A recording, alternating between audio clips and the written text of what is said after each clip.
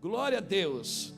Abra sua Bíblia comigo, você que está aqui, você que está em casa, no Salmo 51.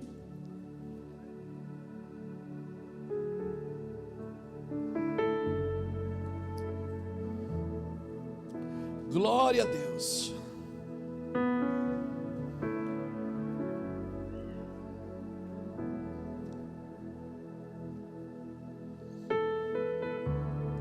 Salmo 51.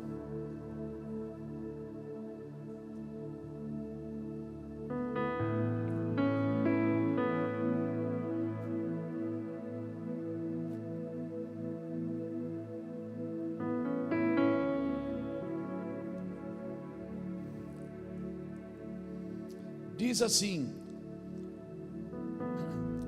tem misericórdia de mim, ó Deus, segundo o teu constante amor, segundo a tua grande compaixão, apaga as minhas transgressões, lava-me completamente da minha iniquidade, e purifica-me do meu pecado, pois eu conheço as minhas transgressões, e o meu pecado está sempre diante de mim. Contra ti somente pequei e fiz o que é mal diante dos teus olhos, de modo que és justificado quando falas e puro quando julgas. Certamente em iniquidade fui formado, e em pecado me concebeu minha mãe. Certamente tu amas a verdade no íntimo, no oculto me fazes conhecer a sabedoria. Purifica-me com isopo e ficarei puro, lava-me e ficarei mais alvo do que a neve. Faz-me ouvir júbilo e alegria, regozijem-se os ossos que tu quebraste. Esconde a tua face dos meus pecados e apaga todas as minhas iniquidades. Cria em mim, ó Deus, um coração puro. Renova em mim um espírito inabalável. Algumas traduções dizem um espírito reto. Não me lances fora da tua presença e não retire de mim o teu Espírito Santo. Torna a dar-me a alegria da tua salvação e sustém-me com um espírito voluntário. Então eu ensinarei os transgressores e os teus caminhos, e os pecadores a ti se converterão. Então eu ensinarei os transgressores os teus caminhos, e os pecadores a ti se converterão. Livra-me dos crimes de sangue, ó Deus, Deus da minha salvação, e a minha língua cantará a tua retidão. Abre, ó Senhor, os meus lábios, e a minha boca entoará o teu louvor. Não te comprazes em sacrifícios, senão eu os traria. Não te deleitas em holocausto. Os sacrifícios para ti, ó Deus, são o espírito quebrantado, e um coração quebrantado e contrito não desprezarás, ó Deus. Aleluia, louvado seja Deus. Um salmo de Davi. Obrigado, Espírito Santo, pela tua palavra. Obrigado, Jesus. Um salmo de Davi, quando o profeta Natan veio a ele, depois de Davi haver cometido pecado com Batseba. Quando o profeta veio e trouxe para a mesa e disse: Davi, deixa eu te contar uma história. Tinha um homem que tinha só uma ovelhinha, uma novilhazinha, e chegou um viajante, e tinha um senhor que tinha um rebanho de quantas novilhas ele quisesse. E aquele senhor que tinha o rebanho pegou a ovelha daquele que tinha só uma. Davi se levanta do trono e, no ímpeto de ira, ele diz: esse homem é digno de morte, e devolva para ele 4 vezes mais da ovelha que lhe foi tirada. Ele tem que repor 4 vezes mais. Natan aponta o dedo e diz: Davi, esse homem é você. E aí ele fala da esposa de Urias. E Davi sai do trono, eu creio que ele já estava de pé quando ele ouviu isso, se joga ao chão e disse: eu vou morrer, porque eu pequei contra o Senhor. Natan olhou e disse: calma, você não vai morrer, mas a espada não se apartará da tua casa. Davi deu 4 sentenças, deu 2 sentenças. Ele disse: esse homem tem que morrer e tem que devolver 4 vezes mais. Da primeira sentença ele foi livre, porque Natan disse: tu não morrerás. Mas a segunda sentença, Natan não falou nada. E se você estudar a história de Davi, você vai ver que Davi perdeu 4 filhos. Ele perdeu Aminon, Absalão, o filho da Batseba e Adonias, um dos seus filhos também. Porque justamente a sentença que você sentencia os outros é a sentença que cai sobre a sua casa. Por isso nós somos apressados em julgar, em condenar, em apontar o dedo. E o Senhor tem falado que nós precisamos aprender a ser humildes e arrependidos, porque um coração contrito e um espírito quebrantado não desprezará o Senhor. Eu não estou dizendo com isso que o pecado não deve ser corrigido, ser tratado, porque a culpa do pecado Deus nos perdoa, mas a consequência é desastrosa. E quanto mais rápido você se arrepende, mais rápido a consequência ela te abandona. Então muitos de nós fomos perdoados pelo pecado por Jesus Cristo na cruz, mas ainda não entendemos, quando a gente chega na igreja, por que ainda tem coisas que a gente fica carregando. Se eu já aceitei Jesus, se eu já estou servindo a Deus, eu estou até dando o meu dízimo, e por que algumas coisas estão acontecendo? Parece que demora. Irmãos, é porque tem a consequência do pecado, mas Deus não tem prazer nenhum que você colha nenhuma consequência. Por isso, quanto mais rápido você se arrepender, quanto mais rápido você exercer misericórdia, a mesma que você experimentou, até porque quem não experimentou misericórdia tem dificuldade de exercer misericórdia. Quanto mais rápido você perdoar os outros, mais rápido você é perdoado. Mas quanto mais você detém o perdão ao outro, mais você colhe as consequências e tem dificuldade de ser perdoado. Irmãos, eu estava meditando nesse texto hoje. Hoje eu acordei e queria ficar sozinho. Fui lá para o escritório do Global, passei o dia lá, me tranquei no quarto e fiquei lá. Tem dia que você está assim meio down, não está? Tem dia que você não quer ficar sozinho assim, você não quer ver ninguém, tudo é feio, tudo é chato. E quando você está assim, o bom é você ficar sozinho mesmo, para não descarregar a sua dor, o seu veneno na vida de ninguém. E aí eu parei assim, eu não vou almoçar, eu vou lá, quero ir para lá. Aí fui para lá umas 10h30, e fiquei lá até umas 4 e pouquinho da tarde.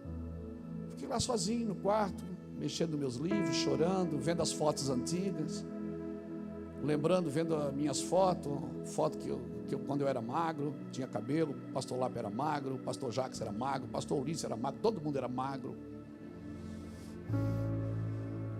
Fiquei olhando as fotos lá, chorando, falando com Deus, dizendo: oh Deus, você nos trouxe até aqui, vendo as fotos antigas de irmãos aqui, que ainda estão sentados aqui conosco, nas reuniões, né?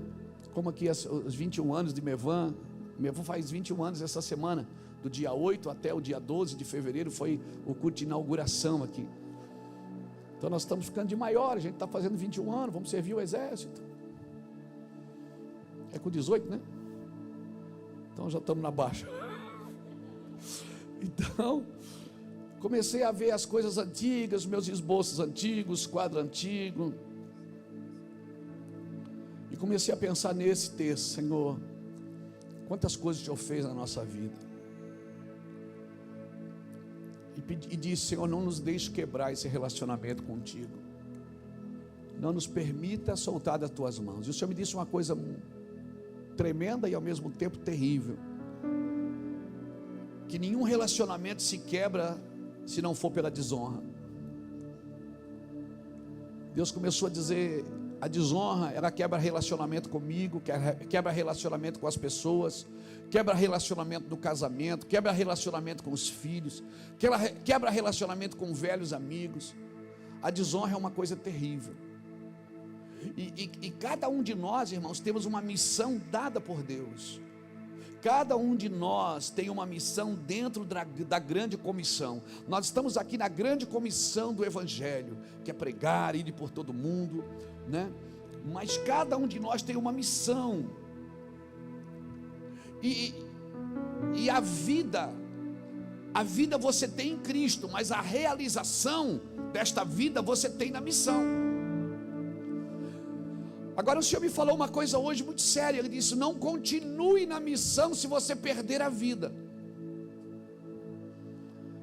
Porque a missão, fazer a missão de Deus sem a vida de Deus pulsando dentro da gente, é muito perigoso. A gente coloca no piloto automático, segunda vem para a igreja, na terça, e a gente continua trabalhando no Senhor, caminhando, eu vou para Canaã, está tudo certo. Mas aquele sentimento, sabe? Aquela coisa gostosa que te faz chorar por qualquer coisa, aquela vertente do Espírito Santo deixa você sensível, quebrantado. E eu comecei a ler o Salmo 51, me deu vontade de ler o Salmo 51, comecei a ler. Essa foi a oração de Davi nos dias mais terríveis da sua vida, nos dias que ele mesmo sentenciou a morte dele. Porque quando foi apresentado um pecado para ele, ele já pegou um machado para cortar a cabeça, e o profeta disse: é você esse cara. Porque parece que é muito mais fácil quando acontecem as coisas com alguém, não conosco. E por isso, querido, o Senhor começou a falar comigo hoje. Eu comecei a pensar nisso. O Senhor disse: muitas pessoas foram perdendo o prazer pela vida, foram negociando os valores no caminho, foram perdendo, sabe, aquela alegria, o gozo, aquele gozo constante. Aleluia. Por isso, cutuca alguém que está do seu lado e diga: não viva na missão sem a vida de Cristo. Você se realiza na missão, mas sem a vida não tem realização, querido. Porque no final vai acabar a missão e o que vai sobrar é a vida. A vida de Cristo, ela vai viver com você na eternidade. O que vai sobrar é a vida. Então celebre a vida com Cristo, mesmo que você não esteja fazendo ainda a missão, mesmo que você esteja no estaleiro reformando o barco, mas fique tranquilo, celebre a vida com Cristo, celebre a salvação, mesmo que você não esteja realizando nada esteja dando certo perto de você ou na sua vida, mas celebre a vida de Cristo em você. Continue celebrando a vida de Cristo em você. Irmão, nós estamos vivendo em tempo de pressão, aonde problema e pecado andam juntos. A gente já misturou tudo, o que é problema, o que é pecado. Agora o problema tem tratamento, o pecado não tem tratamento. Pecado é arrependimento. Amém? Você não cura a febre do pecado, você tem que curar a infecção dele. Problema você resolve, às vezes com um telefonema, com um ajuste aqui, um recurso ali. Agora pecado não, pecado ele tem que ter arrependimento. Nós precisamos entender essa esfera, essa jurisdição, para poder nos mover nesse lugar, sem culpa, sem medo, dar continuidade. Irmão, quando Jesus chamou os discípulos de amigos, você vê lá em João 15, ele diz: já não vos chamo de servo, e sim de amigo. Quando ele chamou de amigo, ele não estava substituindo a esfera de servo pela esfera de amigo. Ele não estava dizendo assim: agora você não é mais nada, agora você não trabalha mais, você é só meu amigo. Não, irmãos. Ele estava dizendo: quando eu estiver atuando como Senhor, não queira ser meu amigo.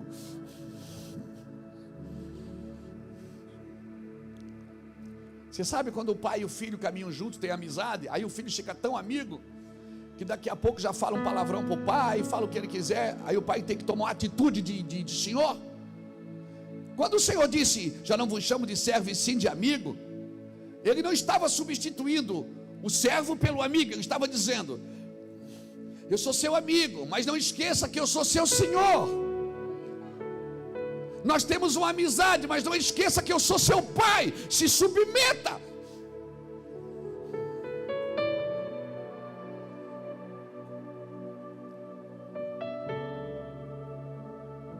E é isso que o Senhor está dizendo. Jesus, quando assume uma posição, você lembra quando Jesus assumiu a posição de Messias, aonde foi? Foi num casamento.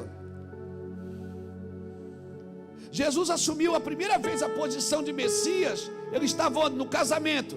E quem é que estava lá também? A mãe dele. E a mãe dele disse o quê? Acabou o vinho. O que é que ele disse? O que tenho eu contigo, mulher? Ele estava dizendo o seguinte: eu agora não sou teu filho, eu sou teu senhor, entenda.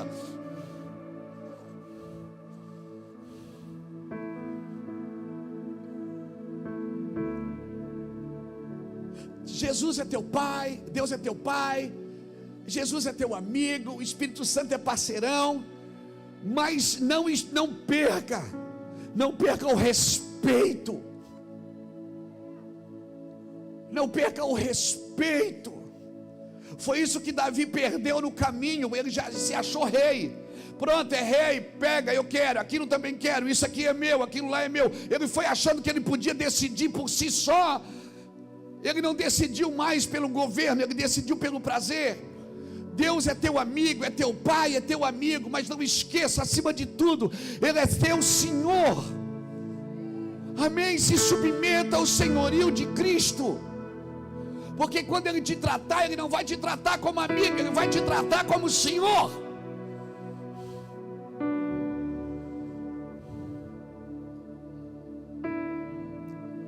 Ele vai corrigir, vai pegar a vara e vai dizer assim: vou ter que te bater.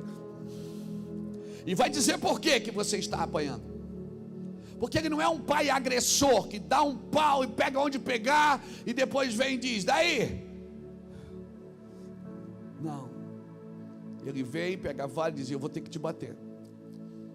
E diz assim, na cara dura: 3 varadinhas por causa disso, mais 3 por causa daquilo. E aí você fica olhando para ele com a vara na mão, você diz: não, ele não vai fazer isso, ele é meu pai, é meu amigo. A alegria está no coração de quem já conhece. E Jesus disse: baixa as calças. Aí você não acredita nisso. Você diz: ele vai me corrigir aqui. Por quê? Porque ele é teu Senhor. E a correção vai te tornar um senhor também. E aí se cumpre a profecia, dizendo que ele é Senhor de senhores. Ele não é senhor de gente mimada. Ele não é senhor de crente meia boca, de crente Nutella. Ele é senhor de senhores, de alguém que foi treinado para governar também como ele, que vai ser amigo de todos, mas vai ser senhor quando precisa ser senhor, que vai amar a todos e abraçar a todos e beijar a todos, mas quando precisar ser senhor, vai ser senhor. Sabe que essa é a grande confusão às vezes da gente com Deus. Porque Deus é meu amigo, Ele está me prosperando, tudo que eu faço dá certo. Meu Deus, tu acha que Deus vai perder um cara que nem eu no ministério? Tu acha que Deus vai perder um empresário que nem eu, que investe milhões no reino? Tu acha que Deus vai perder um cara que nem eu, que toca pra caramba, ministra, faz uma música toda semana? Tu acha que não, nós somos amigos, o que é que tem? Isso aqui não tem problema, porque eu sou amigo de Deus. Davi, ele chama o homem segundo o meu coração, mas quando precisou tratar, ele tratou. Abraão, ele chamou Abraão e disse: você é meu amigo, mas saibas tu que a tua descendência vai ser escrava em terra alheia. Ninguém mandou você mentir para Faraó e dizer que a Sara era tua irmã quando ela era tua esposa. Eu vou te levar lá, no mesmo lugar que você mentiu para te tratar.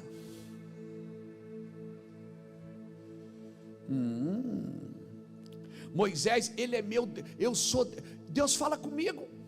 Eu subo no monte, o graveto incendeia. Deus é comigo. Sabia que eu estava no monte, Deus pegou o dedo dele, escreveu numa pedra e me deu? Nós somos amigos. Mas fere a rocha quando ele não mandou ferir, para ver o que acontece com você. Fere a rocha quando ele disse fala e você fere. Não, porque a gente tem uma aliança. Ele sabe, ele fala, é linha direta aqui, ó. Aí faz, mano. Nós somos amigos, eu entendo tudo que ele diz. Ó, fere a rocha para você ver o que acontece. Deus não vai te tratar, quando precisar corrigir você, não vai ser seu amigo. Ele vai ser seu Senhor. Entenda essa relação, querido, para você não sofrer no futuro. Amém? Deus é seu amigo, mas se Ele precisar te tratar, Ele vai ser teu Senhor. Quando Jesus estava naquele casamento, Ele falou para a mãe dele: o que é que tenho eu contigo, mulher? E o engraçado é que 10 minutos depois, Ele disse para os caras: traz água. O cara repreende a mãe e depois só pode dizer quem é que manda. Só para mostrar o senhorio. Você está me entendendo, irmãos? Então, vamos ser amigo de Cristo. Vamos ser filho de Deus. Mas quando precisar nos tratar, Ele nos tratará como o Senhor.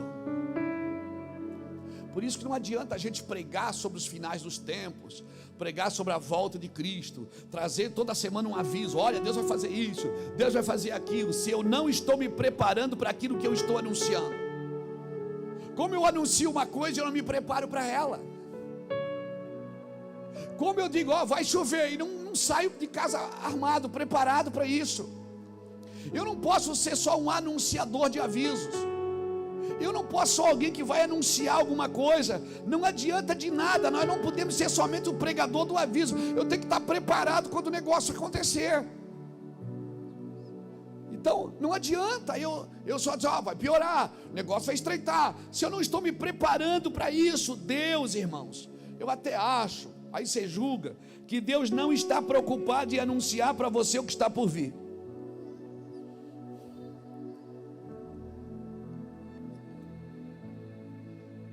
Aí eu esbarro em algumas coisas, né?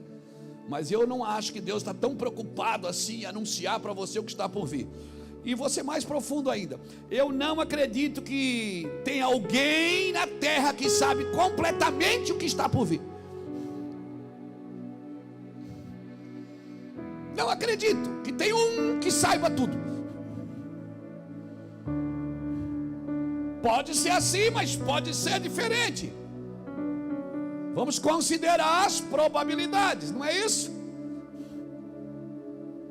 Pode vir no começo, pode vir no meio, pode vir no fim, pode vir agora. Se vier é problema, né? B.O., né? Eu não acredito que tenha alguém que sabe completamente o que está por vir. A pergunta é, ok, a preocupação é se realmente eu estou preparado para aquilo que está por vir. Porque para Davi era só uma conversa, irmãos, de um profeta e um rei.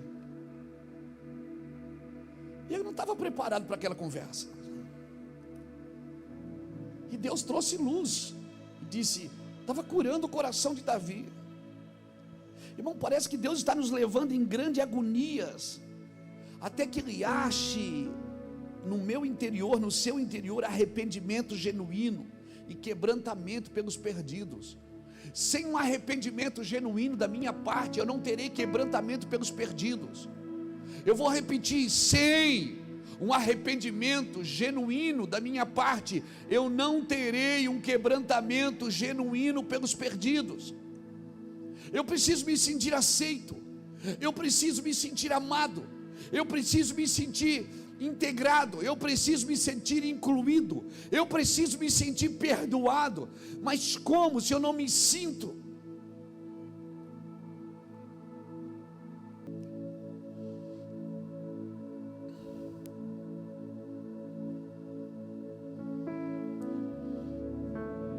Se eu fosse colocar um tema nessa mensagem, eu chamaria assim: arrependimento, humildade e arrependimento.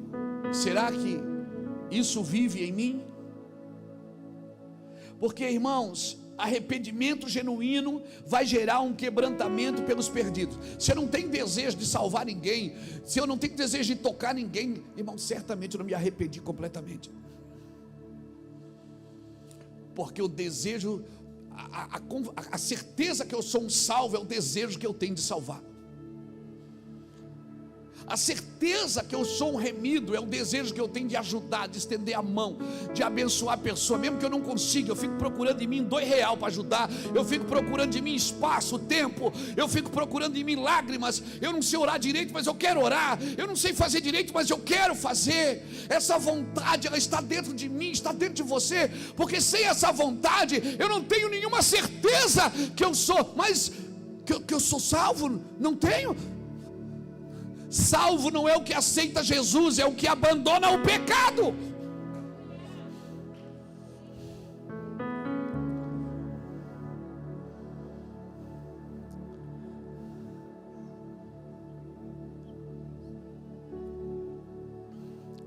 Tinha uma pessoa que a gente fazia culto, ela aceitava Jesus todo culto. Um dia eu chamei no cantinho e disse assim: irmão, não precisa mais. Ele disse: mas eu ainda não abandonei o pecado. Eu preciso aceitar de novo. Até que um dia deu certo. Salvo, sabe quem é? Quem abandona o pecado. Aquele que o pecado não domina mais. Mas a tentação vem. A tentação é legal. Como é que é? Tentação é legal. Por quê? Porque é ela que mantém você na sua humanidade. Ela que não deixa você ficar soberbo, achar que é o santarrão. A tentação, ela vem para mostrar para você que você sozinho, sem Deus, não consegue se libertar. A tentação, ela bate na sua porta diariamente, para você não se achar a última Coca-Cola do deserto, a última bolacha do pacote. A tentação é como uma alfinete, uma agulha. Viu? Agulha, alfinete. A tentação é como um alfinetezinho que vem para furar seu balãozinho. Por isso que sem tentação você se acha o cara. Sem tentação você se acha a Mulher Maravilha. Mas quando a tentação está lá batendo na sua porta, você sabe: cara, eu preciso ficar com Jesus. Porque o único lugar que eu posso ser santo é andando na sua presença. Andando na minha presença e ser perfeito. É o único lugar que eu posso ser perfeito na presença dele, porque a perfeição dele cobre toda a minha imperfeição. Então tentação é legal ou não é? Ainda é. Tentação é legal ou não é? Claro. Então, pastor, mas eu não sou mais tentado. Então você morreu. Então pode enterrar, você está morto. Eu não tenho mais essas coisas do inferno. Não tem mais essas lutas do inferno, pastor. Ó, santidade.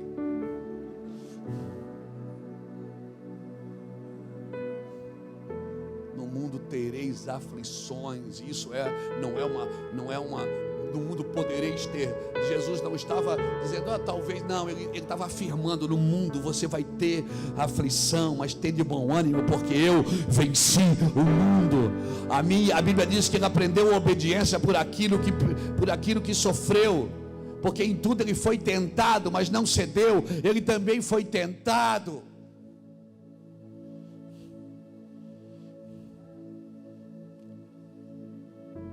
Não se esconda atrás de uma capa de religião. Não se esconda atrás do altar. Altar não é para você se esconder atrás dele, é para você morrer nele. Se joga no altar e peça para alguém se sacrificar a você, para alguém matar você. Altar é para isso, querido. Deus está gerando um avivamento pessoal na gente, amém?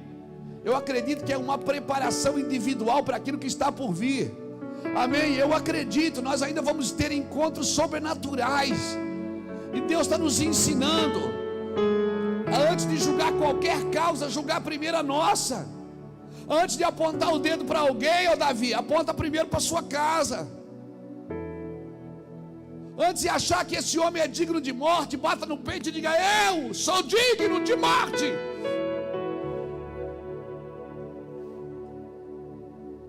E aí sim nós vamos viver um avivamento.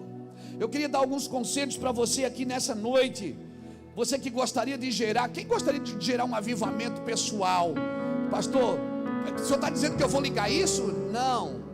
Se Deus não derramar, irmão, se o senhor não edificar a casa, em vão trabalhos que edificam. Inútil vos será acordar de manhã, comer pão de dores, porque é o Senhor que dá aos seus amados o sono. Salmo 127. Se o senhor não fizer, ninguém faz. Não tente produzir o que você tem que atrair.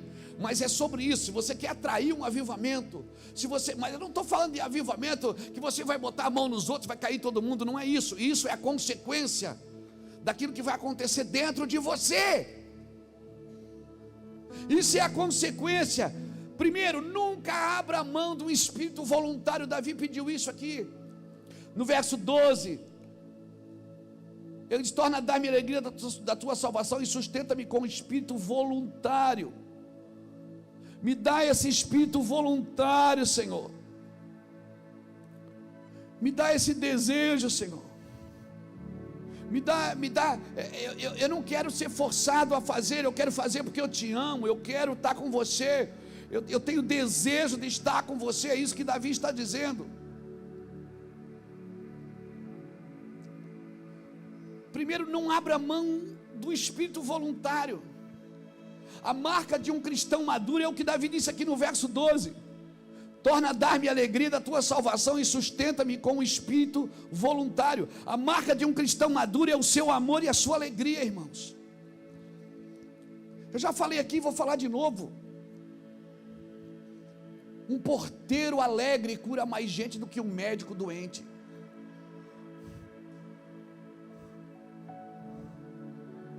Deixa eu falar uma coisa para você. Um picolezeiro que vende picolezeiro, tá certo, né? Que vende picolé. Né? Bananinha não pode. Picolezeiro vende bananinha. O picolezeiro que vende picolé alegre, tocando aquele negocinho, alegre, ele cura mais gente do que um pastor em depressão. Alegria e amor são as marcas de um cristão maduro, querido. Alô?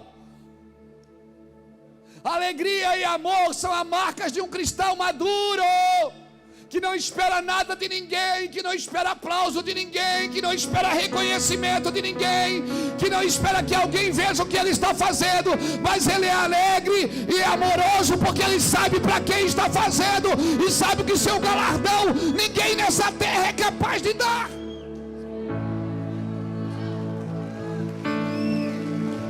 Você está me entendendo? A marca de um cristão maduro é o seu amor e a sua alegria. Seja alguém alegre, sorria para alguém que está do seu lado. Mostra os dentes para ele. Se não tiver dente, mostra a gengiva. Mostra a boca para ele, ri para ele. Baixa a mão e diz: seja alegre, seja agradável, seja alguém querido. Oh, querido! Estás tolo, querido.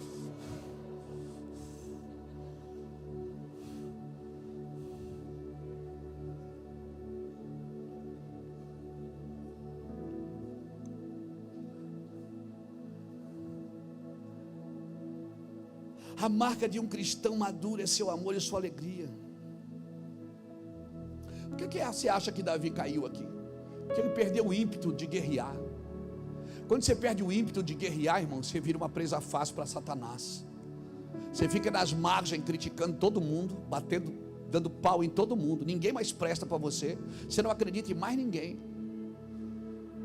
porque você perdeu o ímpeto de guerrear. Sabe qual foi o tempo que Davi mais cresceu? Foi o tempo que Saul mais o perseguiu. Enquanto Saul perseguia Davi, o ministério de Davi explodiu. O dia que não tinha mais perseguição, não tinha mais por que labutar. Não perca o ímpeto de guerrear. Enquanto Saul perseguiu Davi, Ele era o melhor crente do mundo. Eu oro por uma perseguiçãozinha, leve, só para dar uma corridinha. Amém, amém. Coisinha fraca, coisinha boa. Você já gosta de tentação? Você não falou que tentação é legal? Uma perseguição também pode colaborar com o seu ministério. Eu já contei isso para você, mas vou contar de novo. Quando eu comecei a namorar a Iraci, logo em seguida eu arrumei um emprego. E a Iraci fez 9 novenas, né, amor? Para mim ganhar aquele emprego, né? E eu ganhei o emprego. Eu vendia doce a pronta entrega, um caminhãozinho. Lembra a Mercedinha, que era 608? Eu vendia doce a pronta entrega, Tijuca, São João Batista, Nova Trento, Brusque, saía aqui, daqui, São João do Itaperiú, toda semana. E essa empresa tinha um cachorro enorme, e eu quando chegava de manhã, abria o portão, entrava, e o cachorro estava amarrado, e eu sabia que o cachorro só vinha até aqui, porque a corrente dele só permitia que ele vinha até aqui, e eu pegava o jornal, debaixo do portão, ia lá mexer com o cachorro, e dava na cadeia, tá, com o jornal, e eu assim, veio só até aqui, tá, e isso foi por vários dias, meses. Um dia eu peguei o jornal debaixo do portão, fui lá, só vi a ponta da corrente.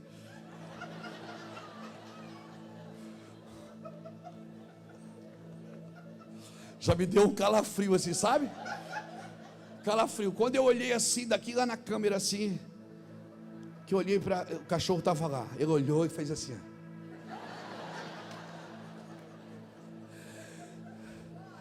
Ficou babá, irmão. Como que diz? É hoje. Sabe quando você falou no culto hoje, quando começou? É hoje. Ele olhou para mim e disse: minha vez. Quase que eu disse: pega o jornal. Irmão, ele saiu correndo atrás de mim. Ele meteu a mão não, a boca. Ele não, o cachorro não tem mão, né, meu filho? Vocês acham engraçado quando o pastor erra, né? Aí ele meteu a boca assim na minha bunda. Que bunda? Que eu pesava 54 quilos. Eu não tinha bunda. Que ele meteu a bocona assim na minha bunda, irmão. E ele levou um pedaço da minha calça junto. Eu pulei na carroceria de um caminhão que tinha lá.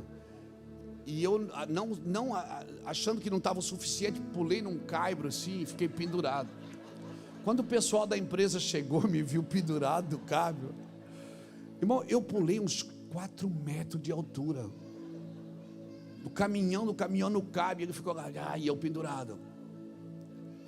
O pessoal me zoou demais, né? Ainda bem que não tinha rede social, né? Senão eu estava no TikTok. E aquela musiquinha desgraçada. Tem uma musiquinha desgraçada, né? Não. Oh, não.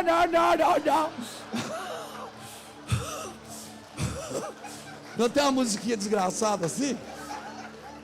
Não. Era eu. Irmão, depois eu fiquei analisando o meu patrão, quando eu desci e tal, que ele chegou, Luiz Hermínio, como é que você conseguiu pular lá? Eu disse, eu não sei. Ele disse, cara, é só ter uma perseguiçãozinha, a gente faz coisa que a nossa mente não faria. Eu não sabia que eu era bom de pulo, até ter um cachorro correndo atrás de mim. Tem muita coisa que você não sabe que você faz, que você é capaz de entrar e fazer. Por quê? Porque não tem ninguém te perseguindo, não tem uma lutinha para você, você está muito confortável, está muito bom, está muito fácil. Davi estava assim, irmãos, muito fácil. No tempo de guerra ele não foi para a guerra, ele ficou. Depois você lê. Depois você lê 2 Samuel capítulo 12, capítulo 11, capítulo 12. No tempo de guerra ele não foi para a guerra, ele perdeu o ímpeto da guerra. Quando você perde o ímpeto da guerra, o ímpeto da oração, aquela coisa gostosa, aquele gozo de servir a Deus, você põe no piloto automático, irmão. Aí você perdeu, sabe, aquela coisa gostosa de servir a Cristo. E aí você vai negociando os valores, vai negociando o tempo, você vai negociando recursos, você já não quer ver até gastar, você gasta diferente. Você começa a gastar só com você. Você não serve mais ninguém nem com o seu dinheiro. Você não ajuda mais ninguém. Você tá só isso tem uma palavrinha mais, você diz: vou cuidar da minha vida. Você pensa que está cuidando dela, mas não está. Você está fazendo uma cama de derrota. Você está construindo uma cama de derrota. Você perdeu o ímpeto da guerra. Cutuca alguém que está do seu lado e diga: não perca esse ímpeto de guerra. Não perca. Irmão, você imagina Davi pedir: torna a dar-me a alegria da tua salvação. Ele não está pedindo uma alegria nova.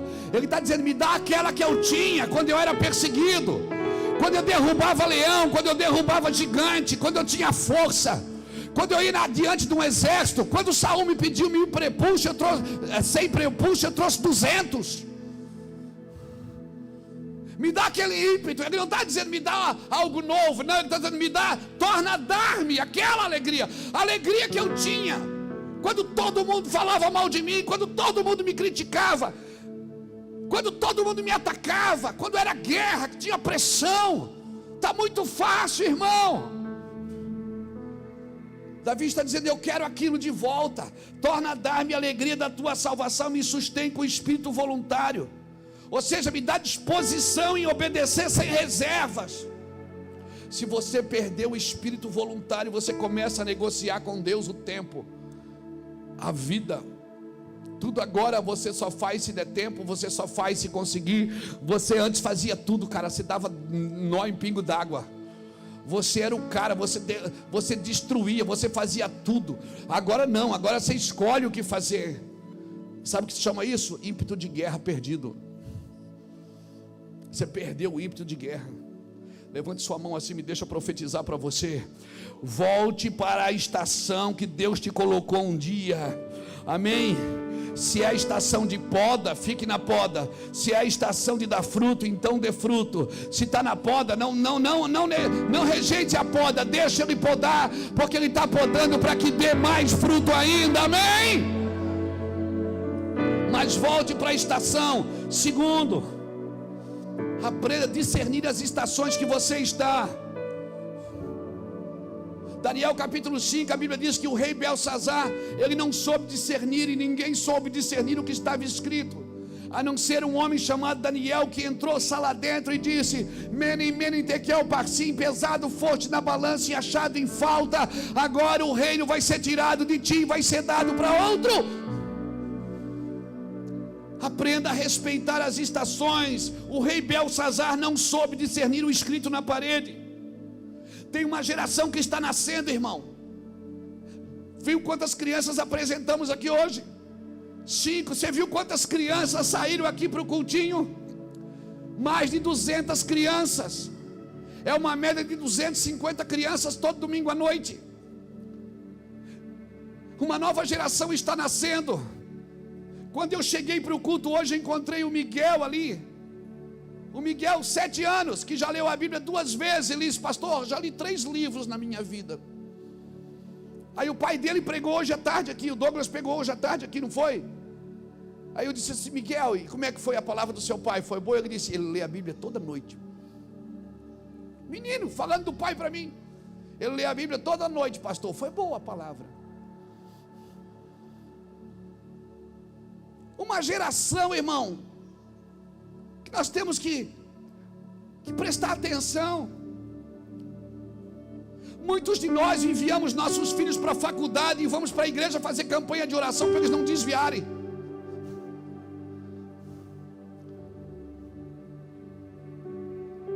Irmão, se Sócrates, se Platão é na cabeça de uma criança, de um jovem, de um adolescente, mais do que Abraão, então essa criança não recebeu ainda a genuinidade do Espírito de Deus, as instruções do Espírito de Deus através dos seus pais. Eu não posso enviar meu filho para a faculdade e ter medo que ele desvie. Eu tenho que enviar para a faculdade dizendo: vai lá, meu filho, põe o pé lá e seja luz naquele lugar. O que Platão falou é importante, o que Freud falou é importante, o que Sócrates falou é importante, mas quando o sapato apertar, irmão, é só o que Jesus falou que vai ser importante. Então nós não podemos perder essa noção que nós estamos preparando uma geração. Nós precisamos discernir as estações. O que Deus está escrevendo na parede desses dias? Vamos aprender a discernir. Pastor, mas você ouviu? Só o que eu ouço. É só o que eu ouço. Irmão, é só o que eu ouço. Eu estou cansado de ouvir isso. Mas cansado no sentido de cansaço mesmo. O que Deus está escrevendo nesses dias? O que o Senhor está falando nesses dias? Você já viu quantas dissensões no meio dos cristãos, pastor? Você já viu quanto... Irmão, quando as brigas no meio dos crentes, quando há dissensões no meio do cristianismo, quando há rumores de maldade entre os irmãos, então espere um avivamento, porque esse é um cenário perfeito para alguém se levantar e começar a orar por avivamento. É só o que eu ouço: está destruído, está acabado, a igreja está no chão, a igreja tem que se arrepender. Só quem fala que a igreja tem que se arrepender não se arrepende.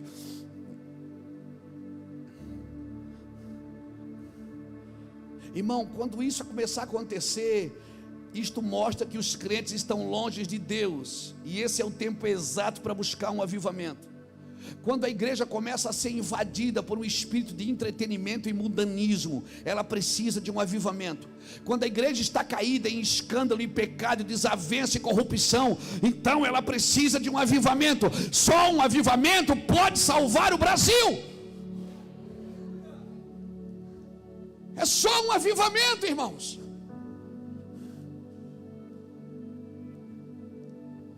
E quem vai orar não são os políticos, somos nós, a igreja. Os políticos, Deus o levantou para fazer política, para dirigir, para criar leis. Então o que é que a igreja faz? A igreja ora pelos políticos para que eles criem boas leis. A igreja ora e levanta os braços de alguém: Senhor, levanta a tua mão forte contra isso, levanta teu braço forte contra aquilo.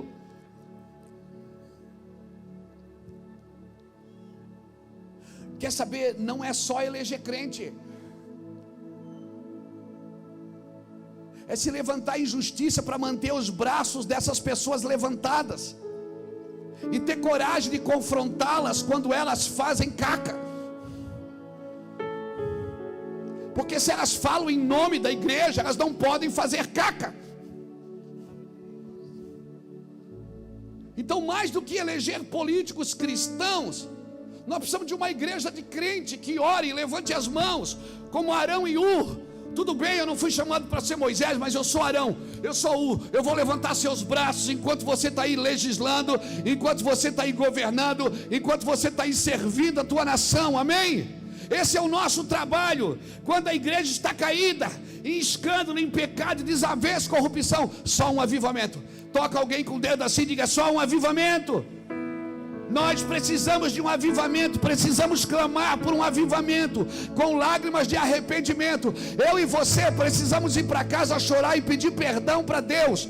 Não é pedir Deus muda o Brasil, não, é Deus muda a igreja. E antes de pedir pela igreja, peça pela sua família. E antes de pedir pela sua família, peça por você. Você é o alvo de um avivamento. Você, sua casa, sua igreja, sua nação. Nós estamos buscando isso e nós precisamos buscar com mais ímpeto isso, irmão. Nós estamos em guerras de altares e não adianta criticar Baal. Não adianta ir para a mídia criticar Baal. Nós temos que construir um altar maior do que de Baal. Nós temos que orar ao Deus dos céus. A única saída para o Brasil é um avivamento. Mas para vir um avivamento sobre o Brasil, precisa de um alinhamento geracional da igreja. A igreja precisa entender o que é que ela quer dessa criança que está no colo. O que é que ela quer dessa criança que ela está lá atrás aprendendo? Ela está disposta a investir o seu tempo no seu filho? Ou só enchê-lo de entretenimento para que ele não atrapalhe a sua vida de prazer?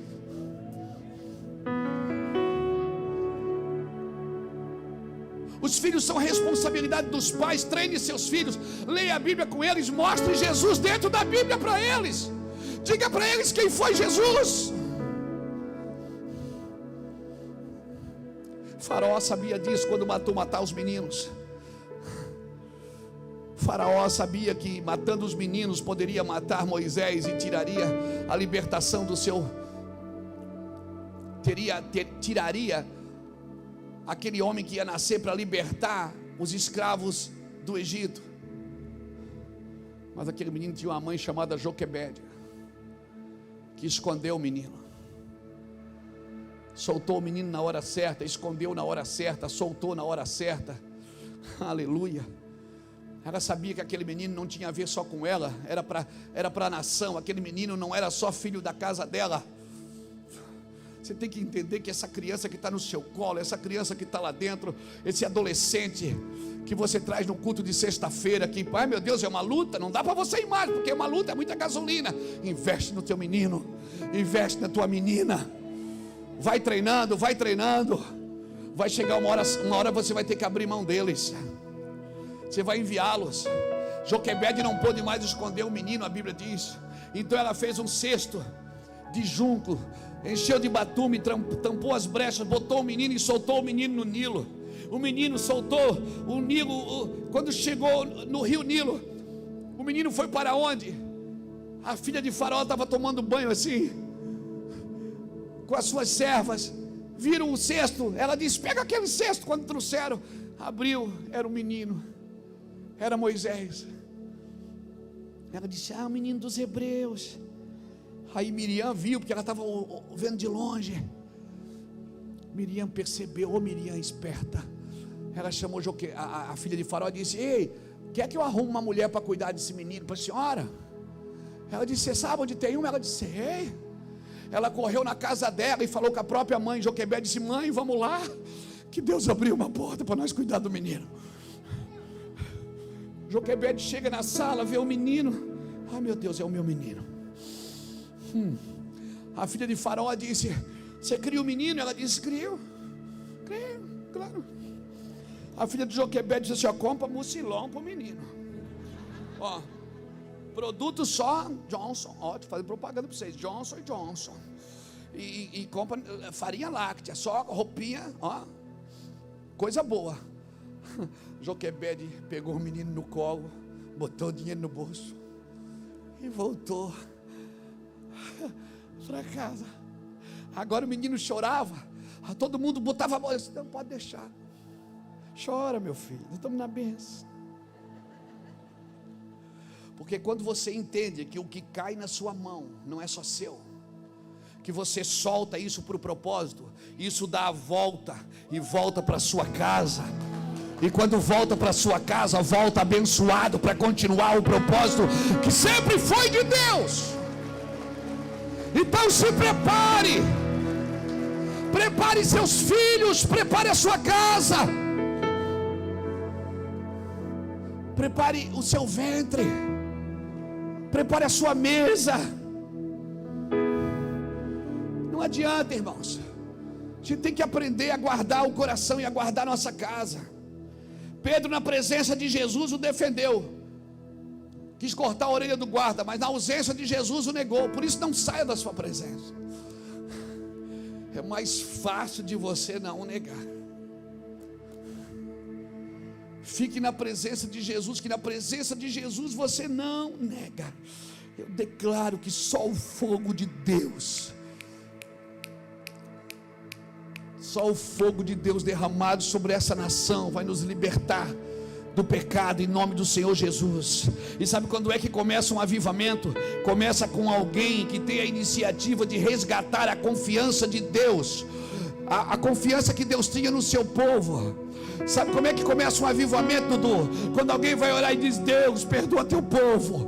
Deus, eu oro pelo teu povo. Deus, perdoa a tua igreja. Em vez de ficar atacando: Senhor, derruba, traz juízo. Não, diga: Senhor, perdoa a tua igreja, perdoa o teu povo, salva o teu povo. Senhor, confia na gente de novo. Senhor, por favor, permita a gente ser digno de confiança de novo.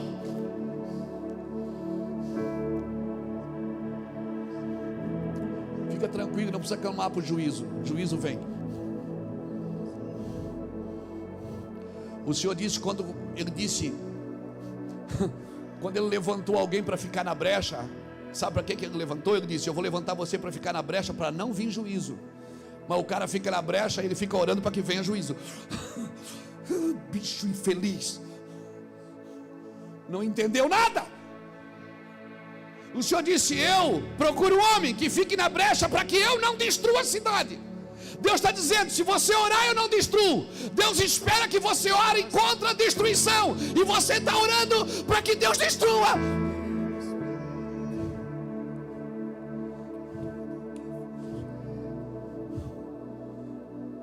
Deus está dizendo: se o meu povo, que se chama pelo meu nome, orar, jejuar, buscar a minha face, se converter dos maus caminhos, eu olharei do céu, perdoarei os seus pecados. Sabe o que Deus está dizendo para você? Se você ficar na brecha e pedir perdão por eles, eu perdoo.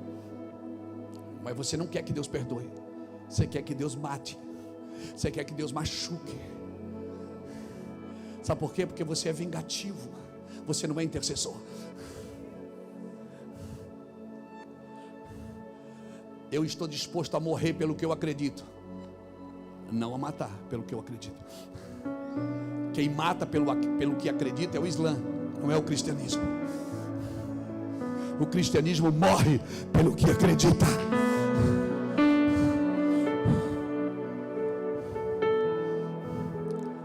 Você está me entendendo? Você está disposto a viver um avivamento?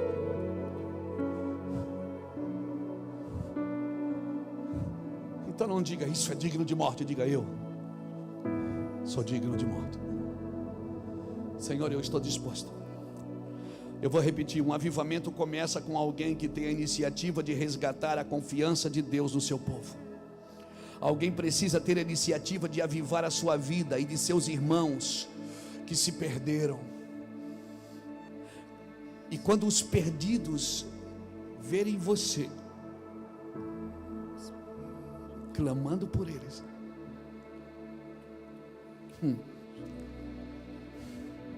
sabe o que vai acontecer? Eles vão se sentir úteis, vão se sentir amados, serão atraídos pelo fogo da nossa renúncia. Eu vou repetir: eu declaro que os perdidos serão atraídos pelo fogo da nossa renúncia. Eu vou repetir: eu declaro que os perdidos serão atraídos pelo fogo da nossa renúncia. Eu vou repetir: eu declaro que os perdidos serão atraídos pelo fogo da nossa renúncia.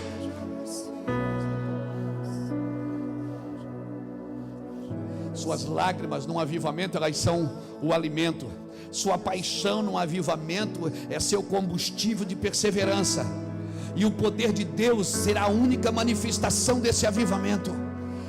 Uma igreja que não está disposta a gerar um ambiente de compaixão, ela não desfrutará avivamento. Uma igreja que não está disposta a gerar um ambiente de compaixão, ela não desfrutará de um avivamento. Porque Deus está orando, mandando ela orar por uma coisa, ela está orando por outra.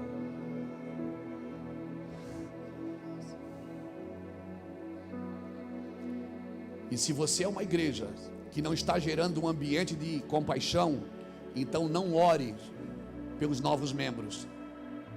Não ore para você receber novos membros. Não há outra maneira da igreja ser santificada se não for através de um avivamento. E se você não quer gerar um ambiente de compaixão, não ore para que venham novas pessoas. Não ore para que a igreja aumente de tamanho. Não ore para construir uma sede nova. Porque uma sede nova só faz sentido para um povo que tem compaixão, se não é só um ajuntamento para entretenimento. Isso não faz diferença nenhuma. Eu quero sim, irmão, uma sede nova aqui nessa casa. Foi para isso que nós compramos nosso terreno. Mas se for para ter só ajuntamento de gente apontando o defeito um do outro, fique em casa e assiste pela internet. Pelo menos você não me atrapalha. Pelo menos você não me atrapalha, porque eu estou gerando aqui um ambiente de compaixão, de amor pelo próximo, de morte, um ambiente de alguém que esteja disposto a morrer, alguém que diga: eu sou digno de morte. Não, isso é digno de morte. Não, eu sou digno de morte, porque eu sou um pecador. Eu oro para que o fogo de Deus fale nos nossos corações nessa noite. Sim, não espere um avivamento, não espere um avivamento sem o espírito de compaixão, sem uma vida de oração, sem lágrimas pelos pecadores, sem paixão pelos perdidos, sem lágrimas pelos seus pecados. Não espere um avivamento sem compaixão, sem quebrantamento pelo outro. Não espere, não espere. Sabe o que Paulo disse? De novo, Gálatas 4, versículo 19: porque de novo sinto dores de parto. Paulo está dizendo: eu sinto dor de parto de novo. De novo. Sabe o que é sentir dor de parto? Não é uma nova gravidez, não é uma nova gestação, é pelo mesmo bebê. É sentir dor de parto pelo mesmo bebê que não nasce. Eu estou sentindo de novo, Paulo está dizendo, de novo eu sinto dores de parto, até que Cristo seja formado em vós. Se você não tem dor, você não está gerando nada.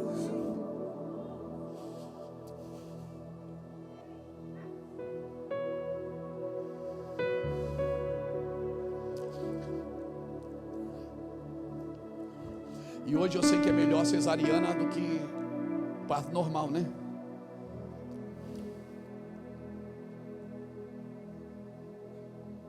Cesariana você não tem dor na hora do parto, mas depois fica dois doentes. Tem que arrumar alguém para cuidar dos dois, da mãe e do filho. Na dor de parto, no parto normal não. Mas você esperneia, grita, chama a mãe, chama a tia, até a sogra chama. Minha sogra.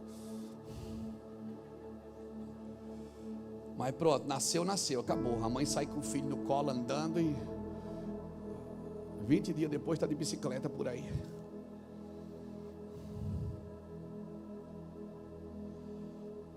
Eu sei, a ciência ela conseguiu tirar a dor daquilo que estamos gerando, mas ela não conseguiu diminuir o prazo. O prazo é 9 meses ainda.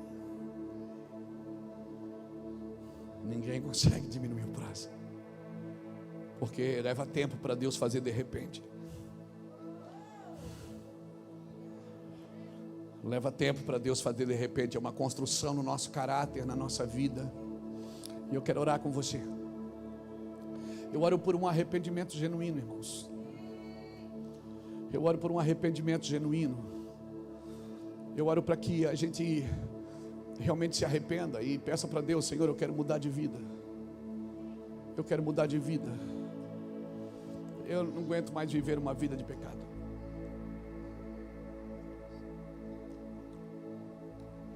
Eu não aguento. Tentação é boa, perseguição é boa, mas eu preciso trabalhar no modelo correto de Cristo. Deus trabalha para perturbar o confortável e para confortar o perturbado. Você vai ver, Deus está sempre perturbando o confortável e confortando o perturbado. Então, ou você está perturbado, está precisando de ser confortado, ou você está confortável demais e está precisando de ser perturbado. E eu estou aqui para fazer as duas coisas. Amém, irmãos? Amém? E me perdoe de falar dessa forma, mas às vezes o medo que nós temos de ofender as pessoas, acabamos ofendendo a Deus. E o meu trabalho nunca foi ofender pessoas, sempre foi ofender o pecado e o orgulho. O que se ofende em nós não é a gente, é o nosso orgulho. Sempre o que me ofende, o que se ofende em mim é o meu orgulho. Sempre que eu tenho uma reação brusca, eu sei que eu fui ofendido no meu orgulho. E eu espero que a palavra tenha ofendido o seu orgulho hoje, porque Deus te chamou não foi só para ser abençoado, Ele te chamou para ser ungido. Ungido. Alguém que vai fazer a diferença na sua geração. Amém. Alguém que vai fazer a diferença na sua geração. Vai deixar uma marca. Não existe história sem homens e não existe homem sem história, irmão. Alguém que vai marcar a sua história. Eu quero declarar, o Espírito Santo. Aprenda, irmãos, aprenda isso. E aprenda a respeitar a imprevisibilidade de Deus também. Porque Deus é imprevisível. Você espera de um jeito e vem de outro.